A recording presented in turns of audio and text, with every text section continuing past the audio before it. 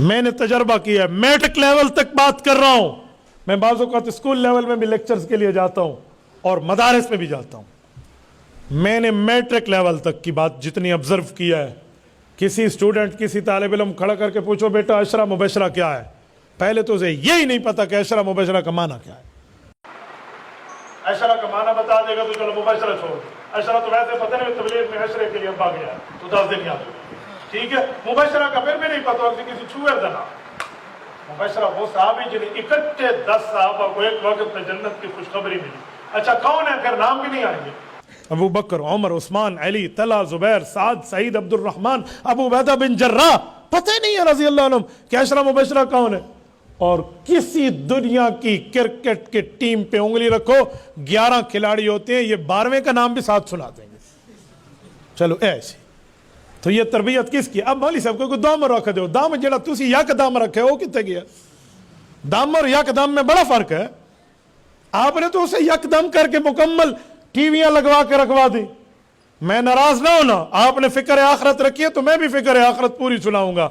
یہ جو گھروں میں ٹی ویوں کی نحوستیں, یہ خباستیں موجود ہیں, یہ کیبل اور فلم اسٹوریاں جو آپ انہیں پکچرز دکھا رہے ہیں, آپ کی اولاد آپ کا کہنا نہیں مانے گے, پھر کل رونا نہیں, تویز دے ہوتے اے کرو تے آؤ کرو, یہ نہیں ہے. کیا اولاد کو آپ, تربیت ماں باپ کی ذمہ داری ہے. میں اپنے بچے کے ساتھ جا رہا ہوں, ایک گھر میں گانا بج رہا ہے, گانا چلا ہوا ہے, ڈھول ڈمک کے چل میرا پوتر ساری. میرا بچہ 2 بار متوجہ ہوا, تیسری بار تو میرے دل پہ چوٹ لگی کہ اسے کیا بتاؤ. میں نے کہا بیٹا جلدی چلو, یہ گندے لوگ ہوتے ہیں جو گانا بجاتے ہیں. ٹھیک, وہ دن یہ دن کہیں سے گزرتے ہوئے گانا سن لے, کہتے ہیں بھائی گندے لوگ ہیں نا. مائنڈ سیٹ بن گیا کہ گندا کام ہے گانا بجانا.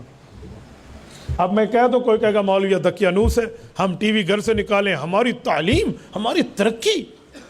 میرے گھر میں ٹی وی نہیں آئی, میرے والد نے نہیں رکھی, میرے دادا نے نہیں رکھی, ہمارے خاندان میں ٹی وی نہیں ہے. الحمدللہ ثم الحمدللہ, میری 7 امشیرہ اور 65 بھانجیاں بھانجے, یہ گھر ٹی ویوں سے پاک ہیں.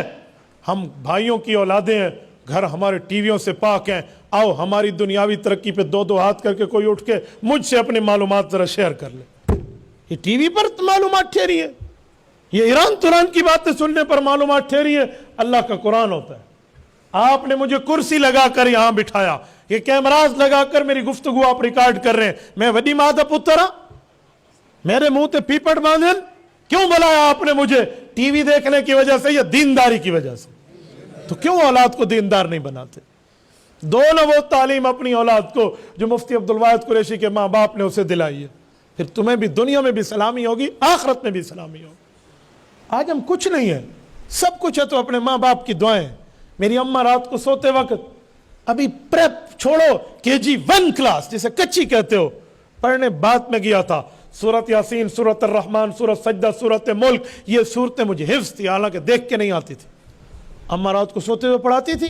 اور اماں جان مجھے حضرت موسیٰ علیہ السلام اور فرعون کا واقعہ, نمرود و حضرت ابراہیم کا واقعہ, شیطان اور حضرت آدم علیہ السلام کے واقعہ, فرعون اور حضرت موسیٰ علیہ السلام کا قصہ, ابو جہل اور رسول اللہ کے واقعات سنا سنا کے حفظ کرا دیے تھے. آج بھی کبھی کوئی تفسیر اٹھاؤ نا تو مجھے اماں کو سنایا ہوا یاد ہوتے اور وہی پڑھ لیتا ہوں. آپ کہتے ہیں کچھ نہیں ہوتا.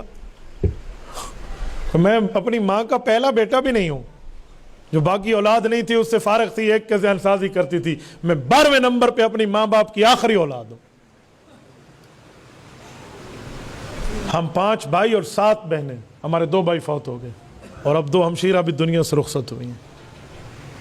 اللہ ان کی قبروں پہ کروڑوں اربوں رحمتیں نازل فرمائے. مجھے بتائیں پھر فائدہ. میرے والد صاحب صبح مجھے کہتے تھے کون سا بسکٹ کھانا ہے ناشتے میں, فلاں کھانا ہے. اس زمانے میں ایک بسکٹ ہوتا تھا اور اس میں چینی بھی پتہ نہیں ایسے کو پڑی ہوتی, اب مجھے اس کا نام یاد میں نہیں آتا. ہم ببو ببو کہہ کے اس بسکٹ کو کہتے تھے. تو ابو جی کہتے تھے وہی بسکٹ لے کر دینا ہے, لیکن یہ بتا کون سی صورت سنائے گا. وہ صورت مجھے یاد ہو جاتی, اس کی وجہ سے بسکٹ مل جاتا. مجھے صورت سے لینا دینا کوئی نہیں تھا, مجھے اس بسکٹ کی پیکٹ سے لینا دینا تھا, یہ تو ملنا ہے نا. تو آج ہم پڑھیں گے تو ان کی قبر ٹھنڈی ہوگی. مجھے ایسے ایسے بزرگ ملے جو بتاتے ہیں کہ تیرے والد محترم جب کبھی دعا کے لیے ہم کہتے ہیں نا تو ان کو دعائیں دیتے ہو, کہتے دعا کرو اللہ رب العزت ان پر کرم کر دے. ہمارے ماں باپ کے سینے میں بھی دل تھا.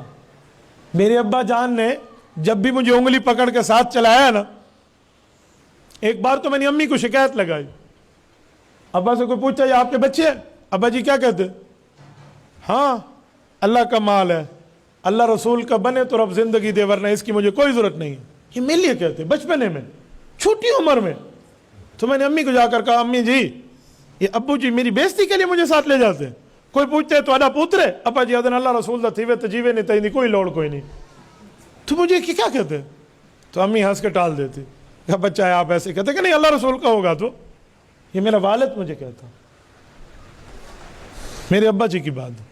اور آج مجھے خیال آتا ہے کہ وہ صحیح کہتا تھا، صحیح کہتا تھا.